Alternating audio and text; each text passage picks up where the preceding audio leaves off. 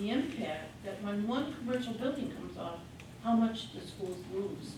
And I think that would do something to alleviate, I mean, as residents, you know, as residents, you're always looking at your property taxes. But it's sometimes, you know, the commercial buildings coming off are 10 people's worth of, you know, a lot more. And it just is something that, I don't know, as a district or as a community, if we could highlight all the good information that you've had on these commercial buildings, I just think it would be worth it for that average guy who's just, you know, fed up with paying all the taxes.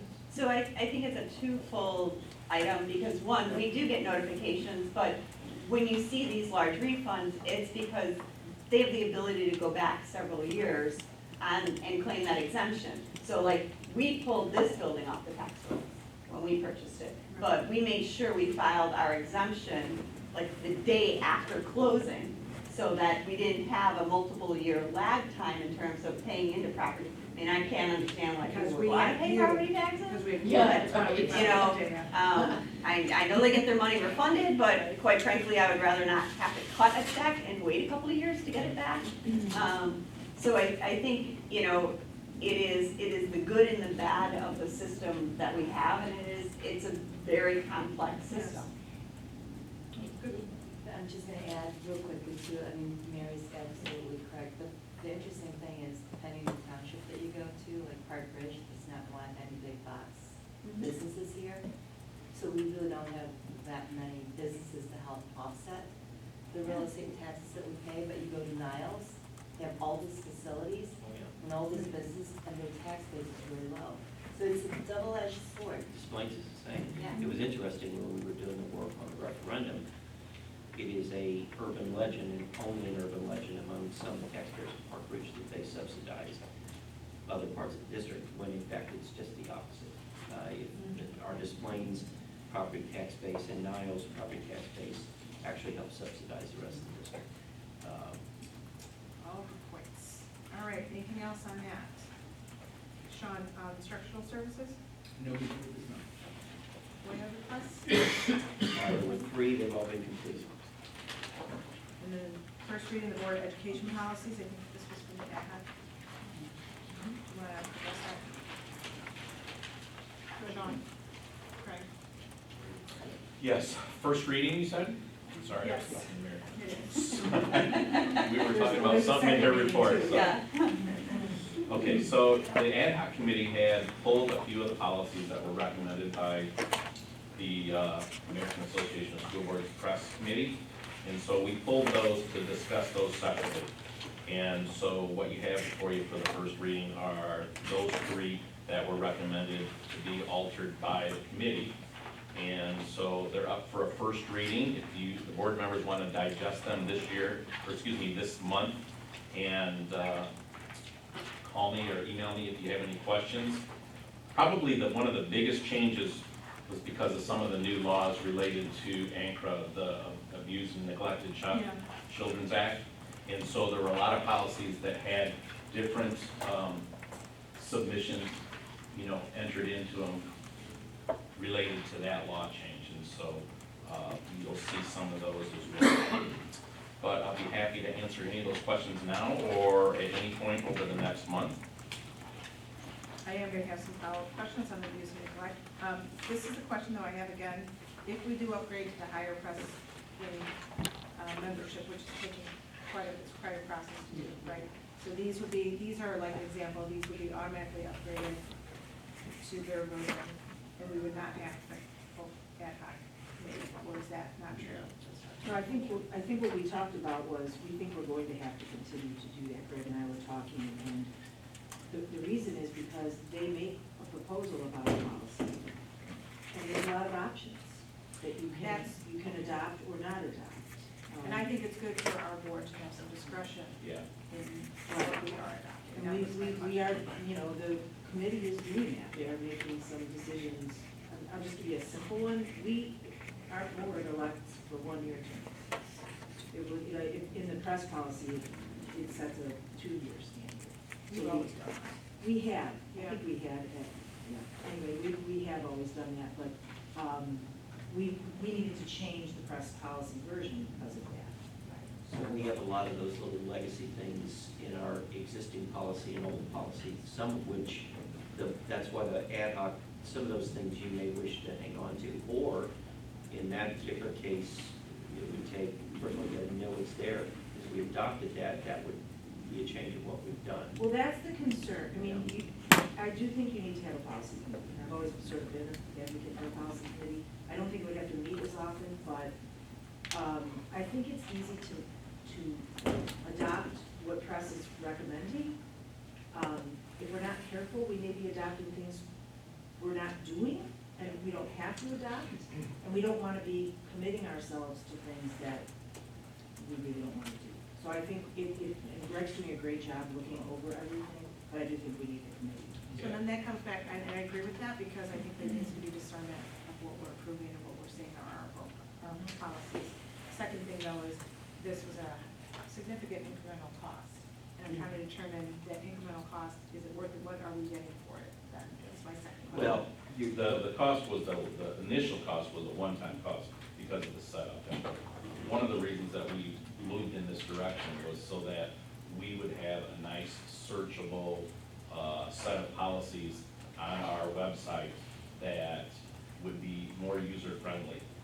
And when we went down this road with press, you know, we were looking for that as a solution so that we could have just automatic updates that would be sent to us.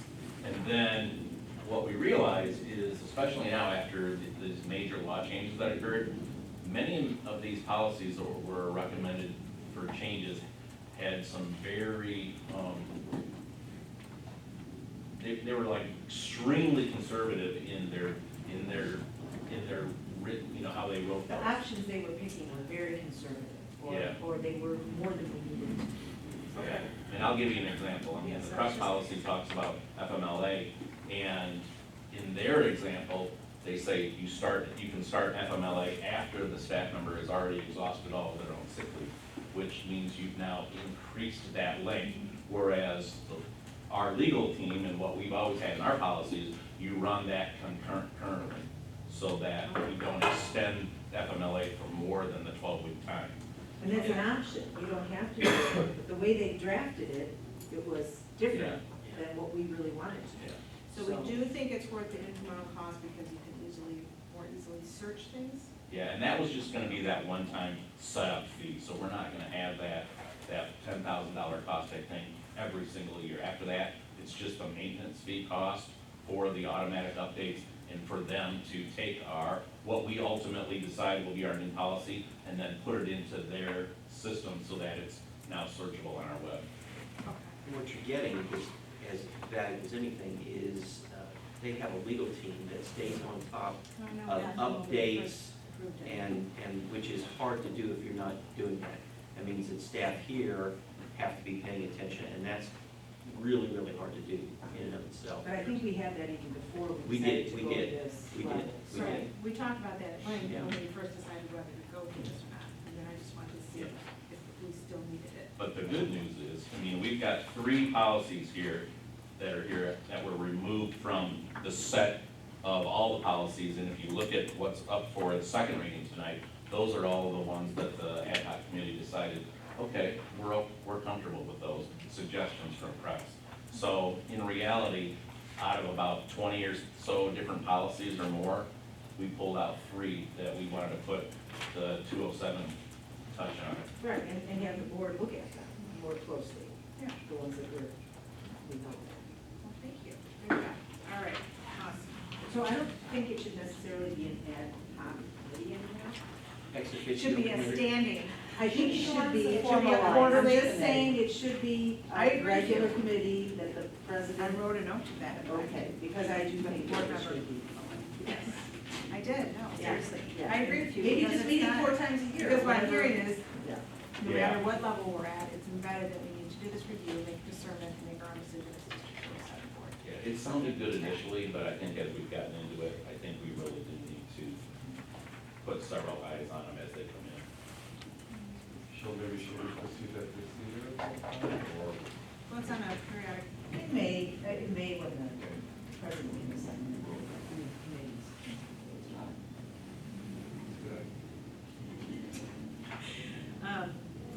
motion for consent agenda numbers 8 through 10?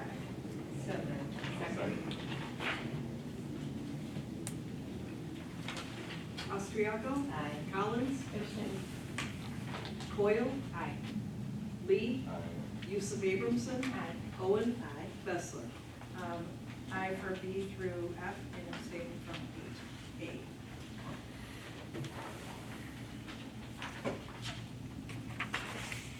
Okay. Do I have a motion on number 9, A through E, Board Education Policy, second reading? So moved. Right. There were 20 possessions, so. Oh, you're counting. So, yes, I was counting. So these were, again, these were ones that the ad hoc committee had looked at initially, chose to move them forward to a first reading last month, and now to a second reading this month. Again, most of the changes are extremely minor in terms of adding some language in terms related to the Grant Accountability and Transparency Act was one change. ANCRA was another change. Some of the changes to the Ethics and Gift Band Act that related to complaints of sexual harassment made against board members by elected officials, that's all new language. And so these are just being brought forward to you again as for approval tonight. And if you have any specific questions about specific policies, we can direct our attention to those and talk about them. Anybody have any questions? Okay. Well, I know the board member, annually we have to file the statement of economic interest, annually. I know we will file it, but do we file it like once in every 4 years or so, or? Every year. Every year. Every year. Ginny sends out a reminder. Just to make sure. Any other comments or questions?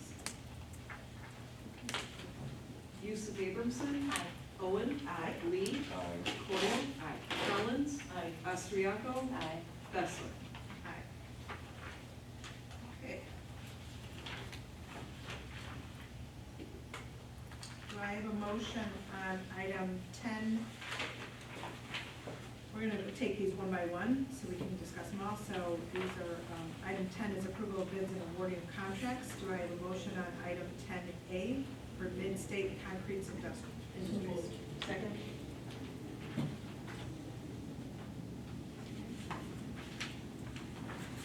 So these are the precast concrete walls at the field house for Maine West. Included in the approval are two deduct alternates, which one is for a vertical repeal, which is like a little lip in there that we thought could get cracked, so we thought best not to leave it there. And then for some interior graphics and some add alternates for sandblasting the finish on two of the elevations and putting in a color mix that takes it from the gray concrete to more of the tannish color that will make it look more cohesive as a field house. We have elected not to put the allowance in the contract award, but put it as a set aside, so that it's just semantics, which means that instead of having in their contract for them to draw down, they'll have to come to us and ask for an add change order for that. And the Maine East base bid is for the floor of the Fieldhouse addition, so it's a precast concrete floor that goes between the locker rooms, the fitness and dance area. Came out very close to budget, Very close to budget. which is a big We're item. pretty pleased, and, you know, there are only 3 precast manufacturers that can do this type of work. So to have 2 of the 3 bid, in our opinion, is a successful bid. And where was this mid-states are located? State? They are in Beloit, South Beloit, Illinois. And when is this timeline, maybe after our approval? So after the approval, we get the contracts ready. It's not so much that precast concrete takes so long to make, because all of these will probably take a month, but you have to get into the precast assembly line, And right now, they are taking orders for precast concrete that they will be molding and manufacturing in May. So we gotta get into that precast pipeline, because, there are only, it's a very fairly labor-intensive process, and it's these giant long vats in the manufacturing floor. They just pour with concrete and put a form layer in to give the imaging. So they will probably use this timeline within maybe summer vacation time? Oh, yeah, to start the work, so we will be breaking ground on the field house in probably the day after school gets out, we'll be putting the shovel in the ground. And the precast walls will be delivered sometime in the summer. It is our hope that we could be under roof on the field house by winter of 2020. And this will not conflict with our main projects related to referendum projects? This is one of the main features of the Maine West referendum project, is the field house. No conflict with it? And we hope to be under roof at the addition at Maine East as well before winter of 2020, which will avoid us having to deal with any winter construction issues for exteriors. Any other questions or comments on 10A? Coyle, Aye. Austriaco, Aye. Collins, Aye. Owen, Aye. Yusuf Abramson, Aye. Lee, Aye. Bessler. Aye. All right, do I have a motion on 10B, Super Sky products? Second. Second. Once again, skylights are one of those items that there are very few entities that provide them. Super Sky Products is a manufacturer and installer of skylights. They've actually manufactured the skylight that is in this building, and they rebuilt it this summer. So we are making that recommendation. We're installing skylights in the center court area at Maine East that will serve the library, the student services, and the student commons area, and the teacher workroom at Maine South. Any questions about skylights? Austriaco, Aye. Coyle, Aye. Owen, Aye. Lee, Aye. Collins, Yusuf Abramson, Bessler. Aye. Do I have a motion on 10C, Otis Elevator Company? Second. Maine East is getting a new elevator. It will provide accessibility to the second floor of the athletic wing as well as the pool deck. We are including the alternate to upgrade the capacity from 4,500 pounds to 5,000 pounds because it's $5,000, and it makes a lot of sense to beef up that elevator for that low cost. Any questions or comments? Yeah, I forgot to ask this the other day. What's the maximum capacity of the other elevators or the other elevator in the building? Well, there are multiple elevators, so there is a second freight elevator. I don't know the capacity off the top of my head, but it is large enough to carry, I would say, the items that we need it to carry. And then there is a more passenger elevator that serves center court that is not a true giant freight elevator. So the capacity that we're getting for the new elevator? This is probably a bigger capacity than any of the other two Quite a elevators. bit bigger because it's down in the basement level where the boys' locker room is currently is gonna become Storage. the athletic storage area, so we've gotta be able to get mats and things in that are in storage down there, Wait. uniforms, equipment, all that kind of stuff, yeah. So you have to be much larger than the regular? Yes. How was the experience getting a price bid for the elevator companies? So there are about 5 different elevator manufacturers, the majority of them bid on this. Otis is a very big elevator player in the market, so it's an attractive job for them. And can I just point out one thing though, Mike, is that, it's not just the square area of the elevator, it's the amount of weight that it can. Correct. Correct. So that's really what I was interested in, is the weight that it'll Mhm. hold, because I know that price was really a great price, and I just wanted to make sure we weren't getting the value version of. No, I mean, it's We're a getting a 5,000 pound bonus. capacity elevator, that is more than we would initially specify. Okay. I think it was a good choice that they're well-known, established elevator company that's like trustworthy for safeties of students and everyone else too. So, good recommendation and good selection as well. Okay, let's take a vote on ten C. Lee, Aye. Owen, Aye. Austriaco, Aye. Yusuf Abramson, Aye. Coyle, Aye. Collins, Aye. Bessler. Aye. Okay, do I have a motion on ten D, elevators for Main East? Main West. Main West. Main West. Seven. Second.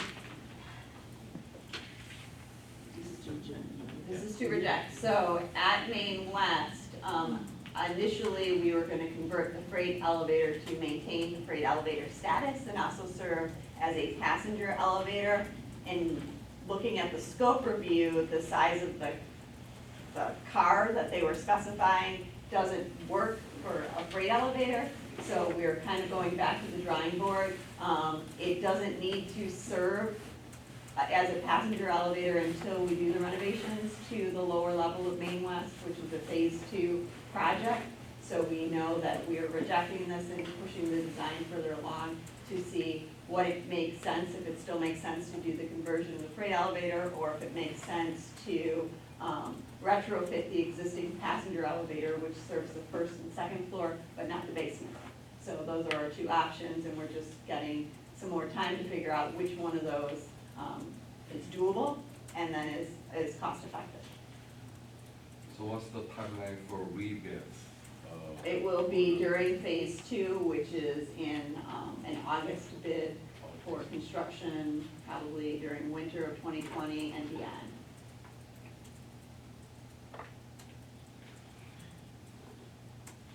Any questions, comments? All right. Yusuf Abramson, Aye. Lee, Aye. Austriaco, Aye. Collins, Aye. Owen, Aye. Coyle, Aye. Bessler. Aye. Do I have a motion on ten E, Flowtech Mechanical Systems? So moved. Second. So we did a direct bid for our, the majority of the phase 1 heating, ventilation, air conditioning equipment. So this 1.2, almost $1.2 million bid is equipment only. So that's why you see a very tight cluster of bids, because the decision that the manufacturers were gonna be is how much profit do they wanna make on the equipment. This does not include installation. Installation will be by separate contractor in bid package 1. Any questions, comments? So when is this gonna be happening? So this is equipment only, so this will, the contractor, we were purchasing all of this equipment, it is stored on the contractor's site and will be delivered in phases as that equipment is needed for the project. So they will schedule multiple deliveries over the summer at each of the schools once it's time to install that equipment. And will we be sending a bidding procedure?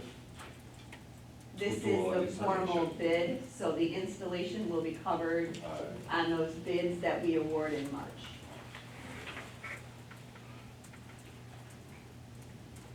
Any other questions, comments? Lee, Aye. Yusuf Abramson, Aye. Coyle, Aye. Austriaco, Aye. Collins, Aye. Owen, Aye. Bessler. Aye. Do I have a motion on ten F, Sunrise Electric Supply? So moved. So moved. So Second. enthusiastic. Wonderful.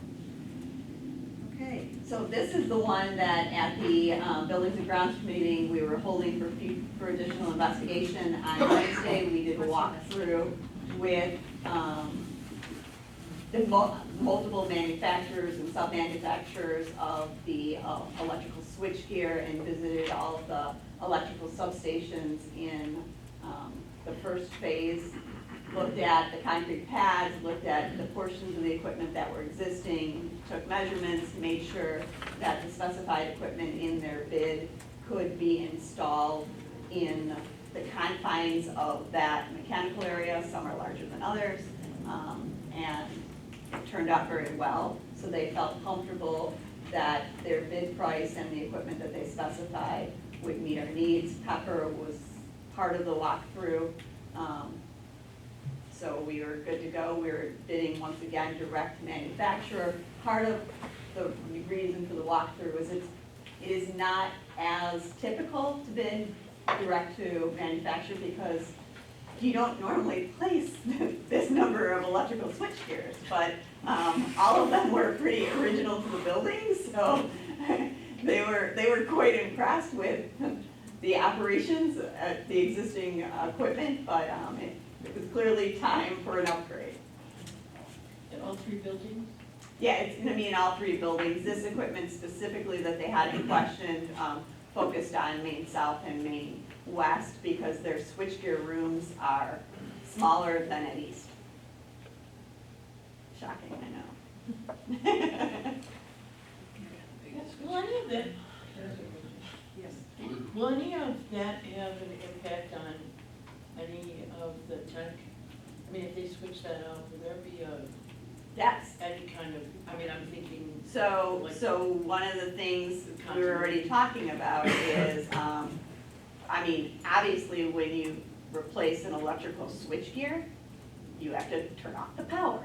So, we will be strategically scheduling the final installations of these because we're only gonna, we wanna minimize when and where, or primarily when, we're gonna be without power. So they'll do it probably between the breaks for summer school, but there will be a point in time where large sections in there, each of the schools is served by multiple switchgears.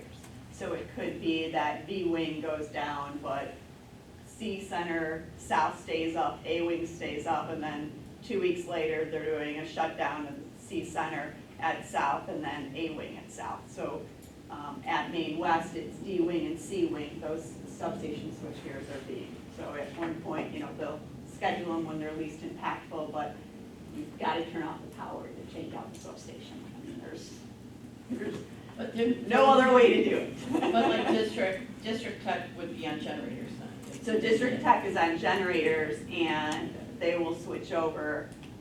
And it is possible that we will go offline for a day, but that would be a time when we would choose to pay the additional overtime and do a Saturday switchover so that the tech equipment could go down on a Saturday and be offline.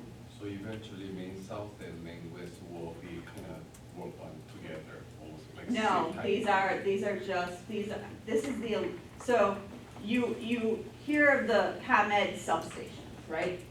So we have mini ComEd substations in our basements that do the exact same thing. They're ginormous powered boxes that feed the electrical components of a section of the building. So those main electrical components, substations, are what we're replacing because they're original to the building. Are we at Main East is okay to wait until after they finish everything and then? I don't know, I'm assuming they. Yeah, Yeah, and their eventually they will work switchgear together. is getting replaced, but we Here's the didn't have good to do a news, we're walkthrough. spending a lot of money on folks who are experts at this work to make sure that they know what they're doing. We're, like, Greg and I aren't going over to switch these out. So Yeah. we'll have professionals do it. Yeah, right? Unless it's an emergency, then I can see the two of you.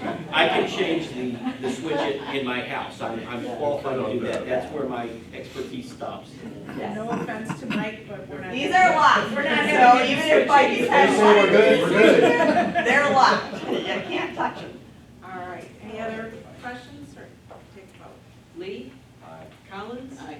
Yusuf Abramson, Aye. Owen, Coyle, Aye. Austriaco, Aye. Bessler. Aye. Is there a motion on 10G SB's school maintenance project grant application?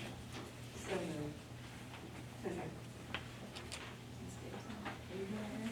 Yeah, so, we were notified that the Illinois State Board of Education is doing school maintenance grant projects. So they award $50,000. This is the application. It doesn't mean we're gonna get it. We are very hopeful that we will. We have chosen to, help this to partially offset the stage rigging at Main South. This is an item that we're scheduled to do in year 3 or year 4. The stage rigging, we have a theater consultant's report. This is a project that we're simply accelerating into this summer if we get the maintenance grant instead of doing it in 4 years. It's a nice standalone project. We will be paying the remaining portion, which is about $150,000 to do the stage rigging. Total.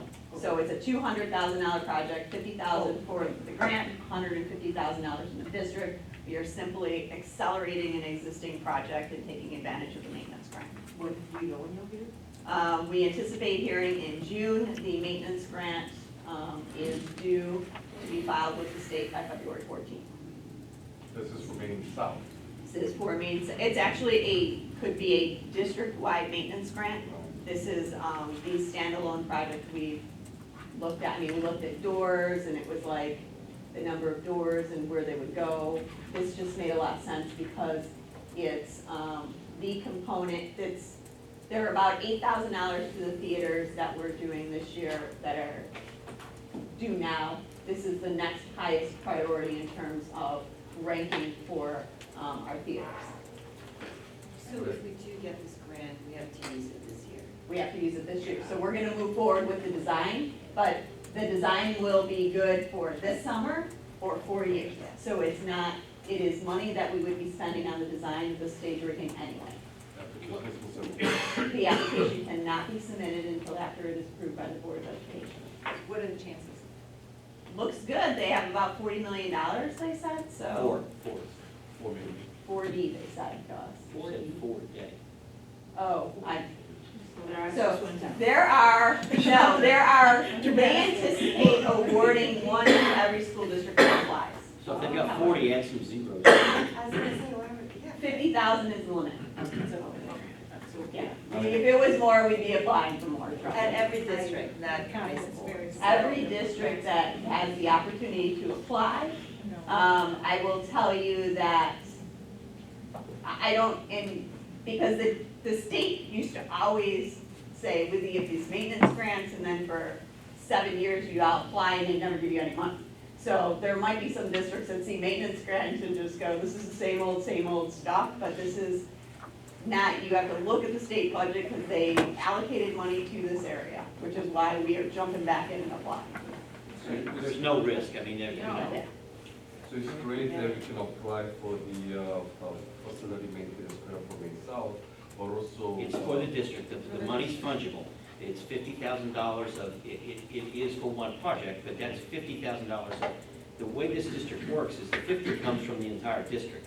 So think about it that way. So we can still use it We're for not- Maine West and Maine East as No, well? it is, you have to apply for a specific project. Project. We took a look, so what lens did we view? We need a standalone project that we can spend it on. Okay, rule number 1. So we looked around, there's some theater stuff. So then we said, there's a lot of theater stuff that we could interpret as standalone projects. There's curtains that in the next 4 years, we're gonna need to replace at all of the schools. There's some additional stage rigging, some lighting. So then we said, okay, we have a report. So let's go down the report and see which of those standalone projects has rated the highest in terms of needs to be replaced the soonest. And the winner in that was the rigging at Maine South. This just means that this is $50,000 of savings Savings that for the the district. taxpayers of the entire district will garner. I It think doesn't what he matter was- which I building. think what he was getting at is just, is it something we should be No, encouraging in the yeah. schools?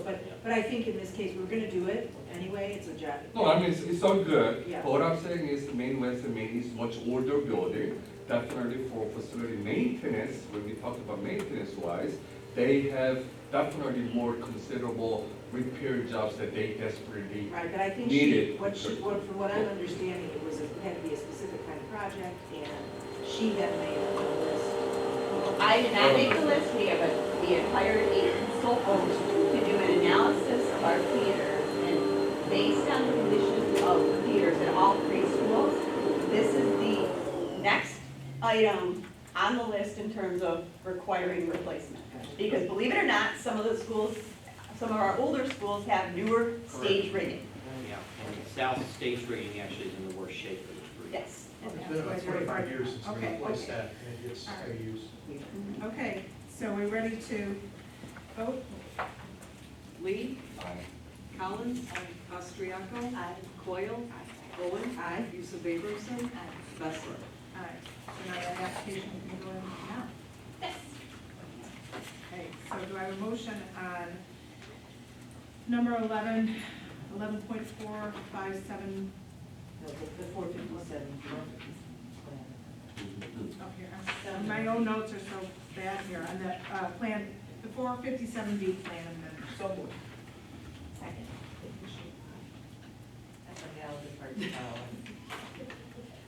For each other, also enthusiastic. So, Mary. The IRS issued new guidance on the hardship regulations for 457 plans. Last month, we did the same thing for 403B plans. The district is the plan administrator for the 457 plans. In essence, the IRS guidance now shows for a hardship distribution, you need to have, it needs to be a demonstrated unforeseen emergency, and they provide some examples such as significant water damage to a principal residence not covered by insurance, or funeral expenses for the participant's non-dependent adult son. Not my examples, the IRS's. So because we are the plan administrator, we have a plan document that governs compliance with this. So when we make this amendment, we are simply allowing Omni, our 457 compliance company, to use the latest set of IRS regulations for hardship. And they will take a look at the IRS regulations and do this. We have the opportunity to not do this, but if, in my view, compliance with the IRS regulations is what we should be. If there isn't a circumstance where one of our employees needs this type of hardship distribution, and it's allowable under the IRS regulations, why not have our plan amendment allow them to access those funds? Any other thoughts, questions, comments? Yusuf Abramson. Aye. Owen. Aye. Lee. Aye. Coyle. Collins. Austriaco. Bessler. Aye. Do I have a motion on number 12, facility fee waiver? So moved. I got really I make a enthusiastic. Right. Okay, for me. This is one we do pretty For the regularly. display Yeah. department, Eileen, do you want to talk about that, or just this is what we've done? This is what we do. Yeah. They use the medicine. Any questions about it? Sheila? Okay. This is just a quick, it's just general training that the officers go through. It's not school specific. No, it's, yeah, they just use our facility for their training. New officer defensive tactics. Can board members participate? I think they asked for some volunteers to Uh, demonstrate. Take it down. Take it Okay. Take the vote on it. Austriaco. Aye. Collins. Coyle. Lee. Owen. Aye. Yusuf Abramson. Aye. Bessler. Aye. 13 is informational calendar items. Any additions or changes? Calendar items? We want to talk about, we need a, Special. We need a special board meeting Yeah. to award the asbestos abatement contracts. Right. And in order to have a quorum, this is if we may want to run that at 8 a.m. on February 11th. And follow that with the ed committee meeting, move that up to immediately following, which will be, how long will that? 8:10? Yeah. I mean, it will Yeah, something be like that. very quick. So, yeah, so you It's change, my- the yeah. ed committee will be immediately. Immediately following. following, yeah. would change. And it's yeah. my understanding we have a quorum for that. Yes, I we know do. you are for work, but not needed. Okay. But we Right. can do it. How long is the ed committee? The ed committee won't be. Several done. hours, no, just kidding. Wait, how long is it? 30 minutes? Yeah. 45, not, right. What's Depending on question. that special board meeting on the 11th though, is that, there's a there's a buildings and grounds meeting on the 24th, and then a special, or another meeting That's on the February. March 9th. 9th. Are they both on? Monday. Are we, Yes, the they will 24th both be on, because on the 24th is when we open bids, so we'll give you we won't have done scope review, but we'll give you a brief overview of what the 37 packages look like. And then March 9th, because there are 37 packages, we can't get them scope reviewed in 1 week. so we've asked for an additional week to conduct scope review. So the 11th, 24th, and 9th all still stand? Yes, Yes. yes. Can people have the ability to call in on the 24th? Well, because it's a committee meeting, I would say, Yeah, As long as you know, Yeah, yeah. run the business. Yeah. I'm not sure that for the committee. it has We to be don't vote or business. nothing like that. We do not It- vote. Right. For board meetings, you have to be in business, but either way.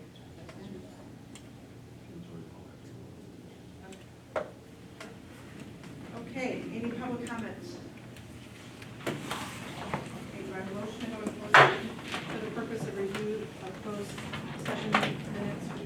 I got it. Appointment, employment, compensation, performance, discipline, or dismissal of specific employees, and collective negotiation. second.